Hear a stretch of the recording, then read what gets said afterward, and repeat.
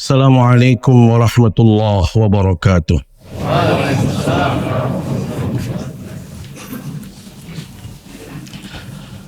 Allahu Akbar, Allahu Akbar, Allahu Akbar. Allahu Akbar, Allahu Akbar, Allahu Akbar. Allahu Akbar, Allahu Akbar, Allahu Akbar.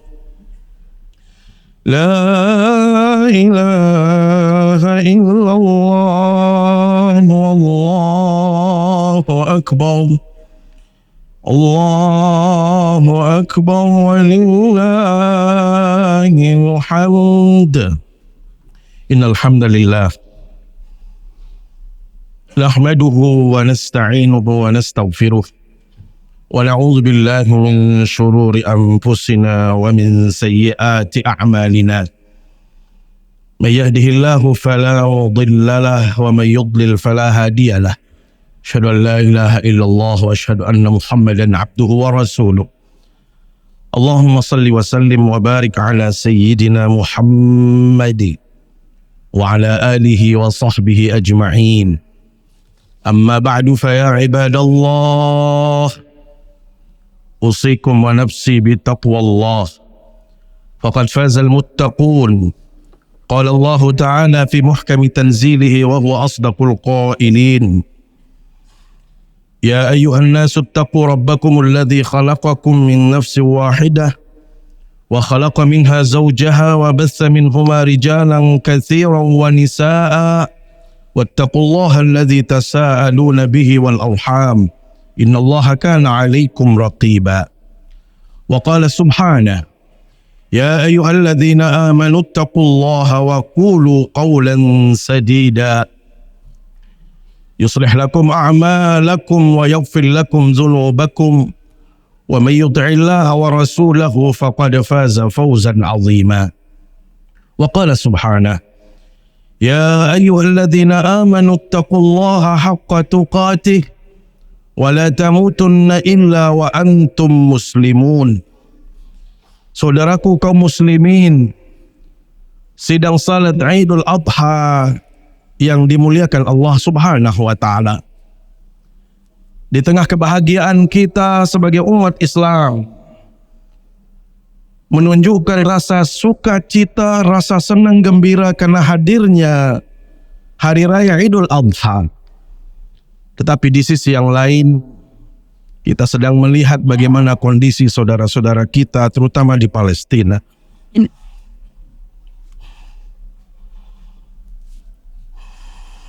Mereka tidak sesenang kita. Mereka tidak sebahagia kita. Mereka tidak punya tempat.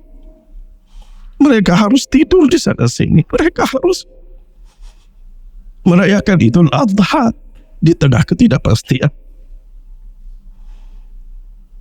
Satu sisi kita bersyukur kepada Allah Subhanahu wa ta'ala karena kita diberikan kesempatan seperti ini. Tetapi di sisi yang lain, Allah, kita juga harus menunjukkan kepedulian kita. Kita dituntut untuk menunjukkan empati simpati kita. Karena sebagai seorang yang beriman, la yu'minu ahadukum hatta yuhibba li akhihi ma yuhibbu li nafsihi. Tidak beriman seseorang sebelum dia bisa mencintai saudaranya sebagaimana dia mencintai dirinya sendiri. Siapa yang menginginkan seorang anak harus berpisah dari orang tuanya? Seorang anak yang harus terpisah dengan kasih sayang ibunya. Siapa di antara kita yang menginginkan orang tua kehilangan anak-anak terkasihnya? Tentu tidak ada orang yang menginginkan seperti itu. Tetapi disinilah Allah menguji kita semua. Bukan hanya saudara-saudara kita di Palestina, tetapi mereka diuji dengan berhadapan-hadapan dengan musuh Islam. Tetapi kita juga diuji. Apakah kita termasuk orang-orang yang peduli di dalam kehidupan ini? Sidang salat Idul Adha yang dimuliakan Allah Subhanahu wa ta'ala. Salawat serta salam selalu kita sampaikan ke hadapan baginda Rasulullah sallallahu alaihi wasallam Semoga kita mendapatkan syafaatnya di hari kiamat kelak. Allahu Akbar. Allahu Akbar. Allahu Akbar. Walillahil hamd. Ibadah kurban atau salat Idul Adha dikenal juga dengan Idul Kurban.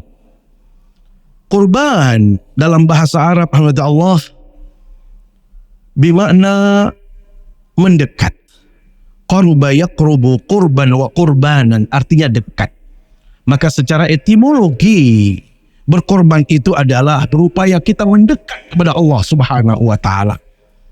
Ketahuilah, dekatnya Allah kepada kita hambanya sangat tergantung bagaimana kedekatan kita kepada Allah Subhanahu wa taala. Semakin kita mendekat kepada Allah, maka Allah juga akan mendekat kepada kita. Dan inilah makna daripada hadis qudsi yang disampaikan oleh baginda Rasul sallallahu alaihi wasallam, di mana Allah Subhanahu wa taala berfirman, "Ana 'inda dhanni 'abdi bi wa ana ma'ahu hina yadhkuruni." Saya, kata Allah, tergantung persangkaan hambaku. Kalau dia mempersangkakan saya baik, maka pasti saya akan baik. Tetapi kalau dia berburuk sangka kepada Allah, maka Allah juga akan menghadirkan sesuatu yang tidak baik. Wa ana ma'ahu hina yadhkuruni. Saya akan bersama mereka, kata Allah, selama dia mengingatku. Kalau dia mengingatku dalam kesendiriannya, maka aku akan mengingat dia dalam kesendirianku. Kalau dia mengingatku di tempat yang secara bersama, maka saya akan mengingat dia di tempat yang lebih baik daripada tempat dia mengingatku. Kalau dia mengingatku satu jengkal, kata Allah, maka aku akan mengingatkan dia satu hasta. Bila mana dia mendekat kepadaku satu hasta, maka Allah akan mendekat kepada kita sedepa. Dan bila mana kita datang kepada Allah dengan cara berjalan, maka ketahuilah Allah akan mendekat kepada dia dengan cara yang berlari. Inilah bentuk sukacita Allah kepada mereka-mereka yang mendekat kepadanya. Sehingga bila mana kita terus mendekat, satu cara kita mendekat kepada Allah adalah menghadirkan kurban pada saat ini, menghadirkan kepedulian kepada sesama, termasuk kepada saudara-saudara kita di Palestina. Mungkin kita menghadirkan doa-doa terbaik, karena kita tidak mampu untuk menghadirkan diri kita.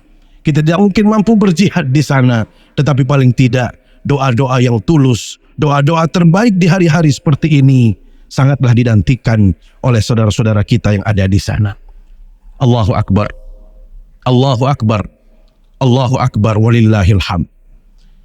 Sidang salat Idul Adha yang dimuliakan Allah Subhanahu wa taala. Ibadah kurban itu adalah salah satu syariat yang sampai detik ini diabadikan oleh Allah Subhanahu wa taala, di mana syariat ini ditujukan kepada Nabiullah Ibrahim alaihissalam dan juga pada keluarga beliau Ismail dan ibunda beliau yaitu Siti Hajar. Ini adalah potret keluarga yang benar-benar disebutkan sebagai keluarga yang sakinah, mawaddah, warahmah, keluarga yang bahagia, keluarga yang saleh. Ketahuilah wahai Allah, dalam kehidupan ini tidak ada yang membahagiakan kita kecuali kita memiliki keluarga yang baik, keluarga yang saleh. Anak yang saleh, orang tua yang saleh, ibu yang salehah, itu adalah menjadi dambaan semua kita dalam hidup ini. Karena bila mana keluarga ini saleh, maka yang akan lahir adalah individu-individu yang saleh. Bila mana sudah individu yang saleh, maka akan tercipta masyarakat yang saleh. Dan bila mana masyarakatnya saleh, akan tercipta negara yang saleh. Semua itu bersumber dari keluarga yang saleh. Itulah yang dicontohkan oleh Nabiullah Ibrahim alaihissalam. Bagaimana salehnya keluarga ini, sampai-sampai diminta untuk mengorbankan nyawa sekalipun. Kalau itu memang perintah Allah, tidak ada diskusi terlebih dahulu, tidak perlu ada rapat terlebih dahulu, tidak perlu harus tanya kiri kanan terlebih dahulu. Kalau ini adalah perintah Allah, maka seorang muslim yang baik dia akan mengatakan sami'na wa ata'na. Dia akan mendengar dan taat kepada perintah. Inilah keluarga yang saleh. Karenanya Allah, untuk menciptakan keluarga yang saleh tidak hanya sekedar kita ada keinginan, Tetapi keinginan itu harus dibarengi dengan upaya yang terus-menerus dan doa yang tidak pernah berhenti dari orang tua. Subhanallah, Nabiullah Ibrahim alaihissalam mencontohkan kepada kita sebagai orang tua, doa yang tidak boleh putus untuk anak-anak kita adalah Rabbi habli minas salihin. Ya Allah, anugerahkan kami keluarga-keluarga yang saleh. Bahkan beliau mencontohkan kepada kita sebagai orang tua, kita juga bertanggung jawab atas anak-anak kita, bukan hanya soal kehidupannya di dunia, tetapi bagaimana kedekatan dia kepada Allah dan bagaimana dia melaksanakan perintah Allah. Maka doa yang beliau panjatkan apa? Rahmat Allah, Rabbi ja'alni muqimas salah wa min dzurriyyati. Ya Allah, jadikan kami keluarga yang konsisten mendirikan salat ya Allah. Bahkan para nabi dan rasul, di saat mereka akan dipanggil oleh Allah, di saat mereka meninggal dunia, sebagai bukti konkret keluarga-keluarga mereka itu keluarga yang saleh, apa doa mereka? Apa yang mereka tanyakan sebagai orang tua kepada anaknya? Madza ta'buduna min ba'di? Wahai anak-anakku, sekiranya bapak sudah meninggal besok, kira-kira kamu masih beribadah kepada Allah apa tidak? Kamu masih menjadi anak yang taat apa tidak? Kamu mendirikan sholat apa tidak? Lihat, semua para nabi, madza ta'buduna min ba'di? Qalu na'budu ilahaka wa ilaha abaika Ibrahim wa Ismail wa Ishaq. Kami yakinkan engkau wahai orang tuaku, selepas engkau tidak ada di muka bumi ini, saya akan menjadi anak yang selalu beribadah kepada Allah. Lihat, pertanyaan keluarga yang saleh selalu berpikir bagaimana masa depan anaknya, terutama salat, bagaimana ibadahnya, bagaimana akidahnya. Kalau kita kan mohon maaf, seolah-olah kalau kita sudah cukupkan materi, anak ini sudah punya rumah, sudah kerjaan ada, selalu yang kita tanya, nak, masa depanmu bagaimana nak? Nah, bagaimana pekerjaanmu nak? Nah, bagaimana rumahmu nanti nak? Selalu kita benturkan pertanyaan itu kepada hal-hal yang bersifat duniawi. Adakah di antara kita yang mohon maaf selalu bertanya kepada anaknya, nah, sholatmu bagaimana nak? Nah, akidahmu bagaimana nak? Subhanallah. Inilah yang luput dari keluarga kita, Allah. Seolah-olah hidup ini selalu dibenturkan dengan dunia semata, sehingga kita disibukkan mencari harta, mencarikan anak kedudukan, mencarikan anak tempat, mencarikan anak profesi dan lain sebagainya. Jarang kita bertanya kepada anak kita, nak, selepas bapak meninggal besok, apakah kamu masih beribadah kepada Allah? Nak, apakah akidahmu lurus? Karena itu Allah, di akhir khutbah ini, Tiang ingin mengingatkan diri Tiang pribadi dan kita semua, menciptakan generasi yang saleh tidak cukup hanya sekedar keinginan semata, tetapi itu diawali dari keluarga, diawali dari orang tua.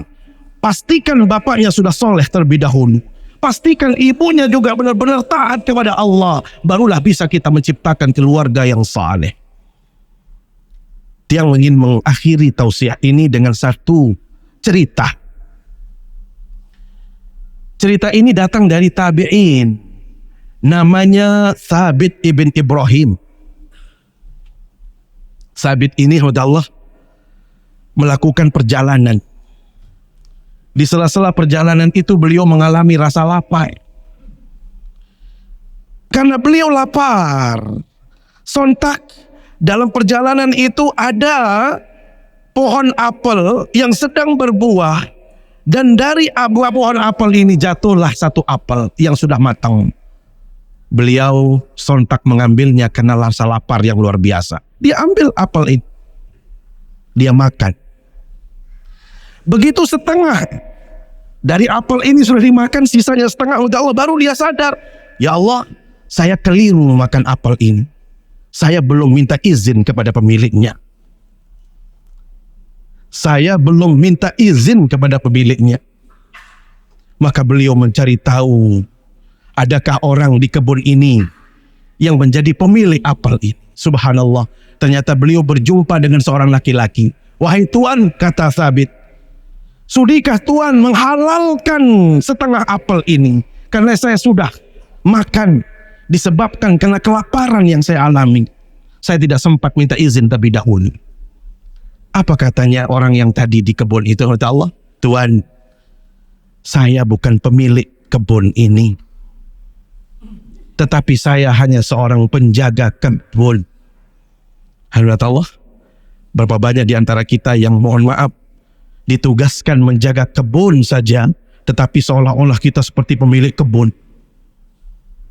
Kita disuruh menjaga, tetapi kekuasaan kita melebihi pemiliknya. Kadang menjual, kadang mengambil, bahkan kadang-kadang dia semua yang menikmati isi daripada kebun itu, padahal kontraknya adalah dia sebagai seorang penjaga.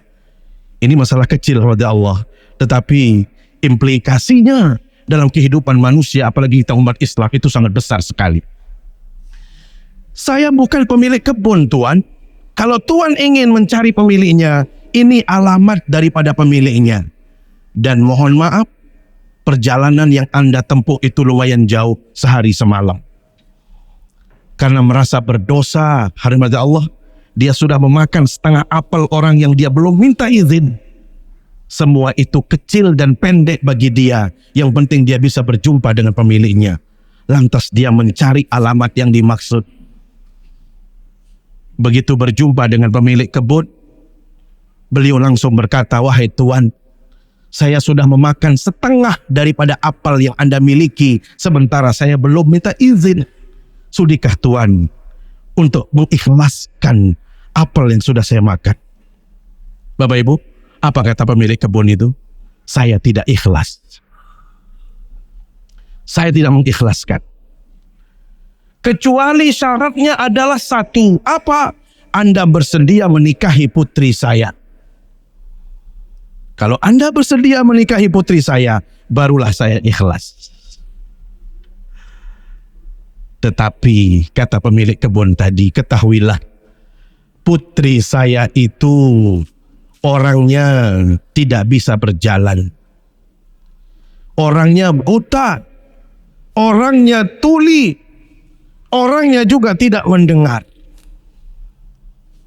Alhamdulillah, Allah berpikir juga beliau, masa saya menikahi orang yang tidak bisa berjalan, tidak bisa melihat, tuli, bahkan tidak bisa melakukan apapun.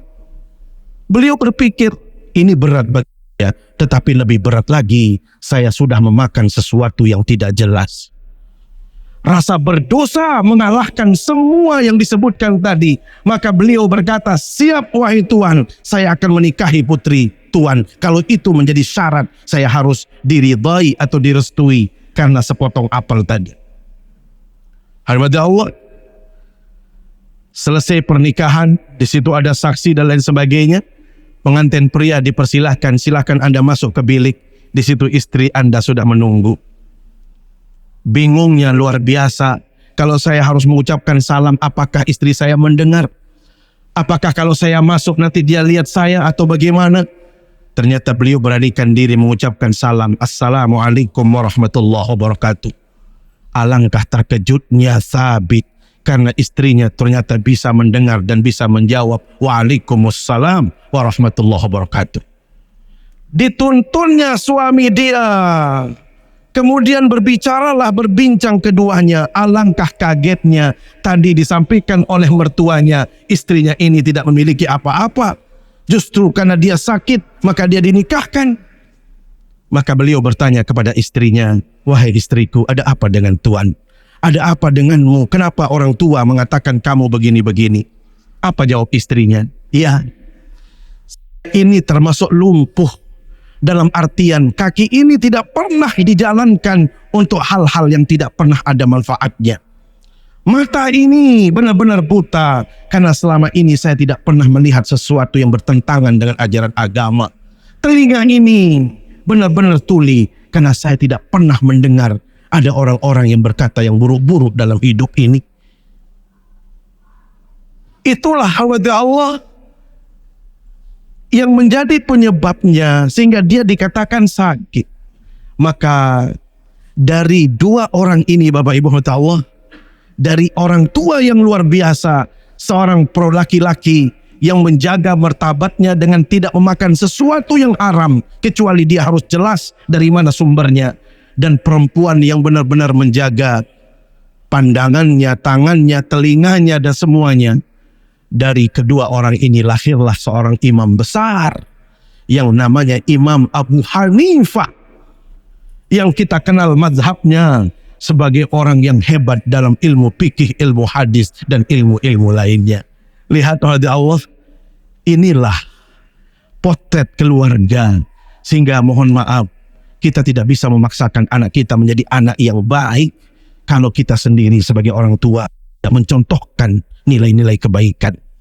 Hal yang sama, kalau kita ingin anak kita saleh, tidak mungkin itu terjadi sebelum kita bisa menciptakan keluarga yang baik dan keluarga yang saleh. Ini saja yang dapat kami sampaikan. Semoga khutbah ini menginspirasi kita untuk bisa melahirkan generasi-generasi yang saleh-salihah, yang mendahulukan akidahnya dari dunianya, yang mendahulukan ibadahnya dari yang lainnya, sehingga dia benar-benar, karena anak ini saleh, maka pasti akan menyelamatkan orang tuanya di hari kiamat kelak. Aqulu qawli hadza wa astaghfirullah li wa lakum wa lisairil muslimina wal muslimat fastaghfiruhu innahu huwal ghafurur rahim.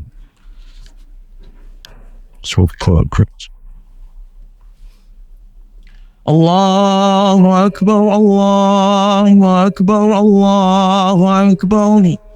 Allahu akbar, Allahu akbar, Allahu akbar. Allahu akbar walillahil hamd. Alhamdulillah. Wassalatu wassalamu ala Rasulillah wa ala alihi wa sahbihi wa man wala. La hawla wa la quwwata illa billah, amma ba'du. Faya ibadallah, usikum wa nafsi bitaqwallah, faqad fazal muttaqun. قال الله تعالى في محكم تنزيله وهو أصدق القائلين يا أيها الذين آمنوا اتقوا الله حق تقاته ولا تموتن إلا وأنتم مسلمون واعلموا أن الله سبحانه وتعالى صلى على نبيه قديما ولم يزل قائلا عليما فقال تعالى إن الله وملائكته يصلون على النبي يا أيها الذين آمنوا صلوا عليه وسلموا تسليما وارض اللهم على أربعة الخلفاء الراشدين أبي بكر وعمر وعثمان وعلي وعلى بقية الصحابة والتابعين وتابع التابعين ومن تبعهم إلى يوم الدين.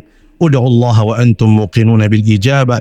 اللهم اغفر للمسلمين والمسلمات والمؤمنين والمؤمنات الأحياء منهم والأموات إنك سميع قريب مجيب الدعوات وقاضي الحاجات. اللهم أعز الإسلام والمسلمين وأهلك الكفرة والمشركين أعداءك أعداء الدين وانوالاهم يا رب العالمين.